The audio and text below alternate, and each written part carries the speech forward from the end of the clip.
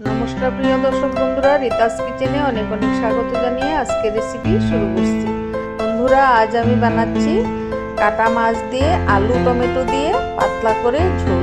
এই গরম দুপুরে এই ধরনের রেসিপি আপনারা বাড়িতে ট্রাই করে দেখবেন। প্রথমে মাছে নুন হলুদ মাখিয়ে লাল লাল করে ভেজে নামিয়ে নেব। বন্ধুরা ভিডিওটি শুরু থেকে শেষ অবধি দেখার জন্য অনুরোধ জানালাম। মাছগুলো ভাজা হয়ে গেছে, এবার আমি নামিয়ে নিচ্ছি।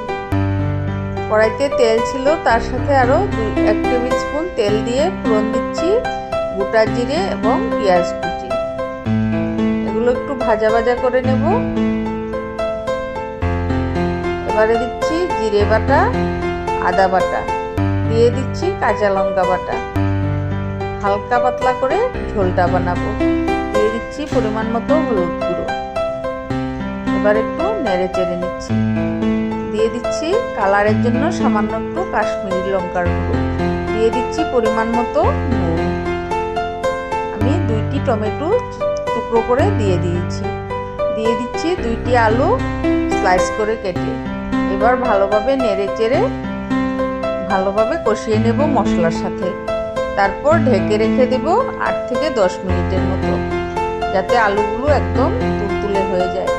বন্ধুরা আমার রেসিপিটি ভালো লাগলে অবশ্যই লাইক, কমেন্ট এবং সাবস্ক্রাইব করে আমার পাশে থাকার অনুরোধ জানাচ্ছি। বন্ধুরা লাইক বা সাবস্ক্রাইব করতে টাকা লাগে না, প্লিজ দয়া করে একটু লাইক এবং সাবস্ক্রাইব করে দিও। আশা করি সবাই আমাকে সাপোর্ট করবে। তোমাদের সাপোর্ট পেলে আমি ভিডিও বানাতে উৎসাহিত হই। সামান্য একটু পেঁয়াজ বাটা এবং এলাচ 3-4টের মতো বেটে দিয়েছি। দিয়ে দিলাম ভাজা মাছ। এবার 5 মিনিটের মতো ফুটিয়ে নেব। এবার গরম গরম সার্ভ করে নিলাম আজকের রেসিপি মাছের ঝোল। ধন্যবাদ।